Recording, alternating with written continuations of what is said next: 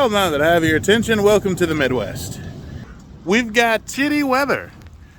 Traffic cones are a national bird, and police sirens go off like tornado warnings. What? I don't think you understand when another one arrives. Several flashbangs. It ain't Texas. We don't have tortas. Can't really say we have really anything food-wise that's individual to the Midwest other than corn. Lots and lots of corn. But in case I'm incapacitated for some reason, do you know how to start a man's heart with a downed power line? No. Well, there's really no wrong way to do it. Well, oh, they are definitely wrong ways to do it.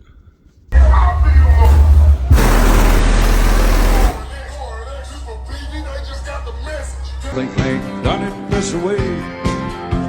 I don't think Hank done it this way.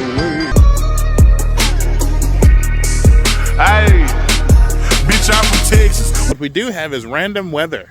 Yes, it can be sunshiny 5 minutes, and then it can be a snowstorm for the next 10 minutes. And if you wait just 6 more minutes after that, it may start raining, or it might be snowy again. Who really knows? It's the Midwest, really. Well, so here's the thing, right?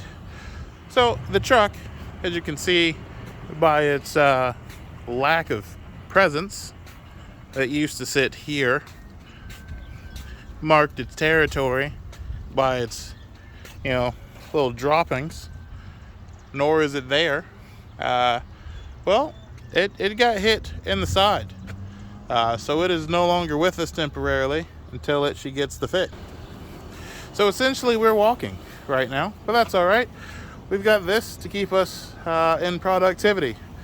The downside is I've never rewired something from head to toe, a complete rewire, but I put new LED headlights in. Yeah, right. So I thought logically, since everything has to be rewired on this car, it came with these pigtails. So I figured logically, why not start at the headlights and work back? The headlight has a male plug, and it came with these adapters, which are female, and well, if you cut these ends off, essentially, you can then just run the wire through that grommet. That grommet is way in there, and that becomes that wire, and then you run up here, and you get a new 4 double bus on both sides, and essentially just start going backwards on the wiring. Get to the other side, put in the updated horn relay, run the wire in, and then we're into the dash. And then once we're into the dash, we can start tearing apart and do all the gauges. And once you do the gauges and run the wires back, and honestly, I don't know what I'm gonna do about the dome light just yet. We'll figure that out. And your wires are back here, and then wire in the brakes, the turn signals, and the backup lights. It all sounds easy. Is it easy? I don't know. We've never done it, but we're gonna find out. So join us on an adventure as we put together a series of videos entailing this process too.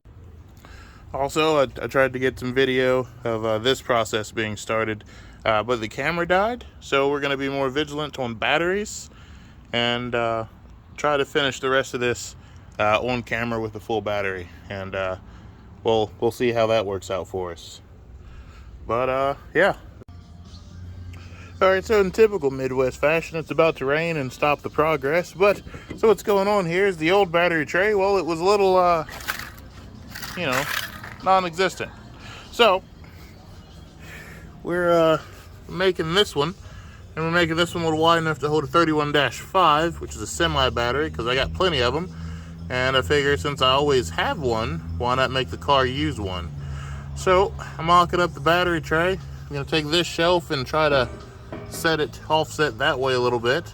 That way I can run the battery cables along the side, forward, and up to, sound, and then run the main ones down and forward of the frame for the starter. And then I think I'm gonna box these up here, and it's probably where I'm gonna put the power kill switch, and I think it's gonna look halfway decent. I don't know, I've never made a box like this. We're kind of freehanding it, making little little pieces out of cardboard and adjusting them as necessary and fitting them together. You know, I'm not making these welds perfect because, you know, no one's going to see them. Like I said, they're going to be capped off. But, well, like I said, the rain's coming. Well, I still want you guys to join me on the journey, but Mother Nature says not today. I tried to ask her if she would be nice enough to just let me do a little work while it's dry, and she answered me with this. So not today, I guess. About the middle of the night, we were ripping along like rich folks might when a Murphy behind me blinked his light, honked his horn, and he pulled out of sight. We had twin parts there. Small steps, small steps. One headlight today, and one headlight tomorrow. Hey, Cunningham, you ain't mad, are you? Buick has what people want.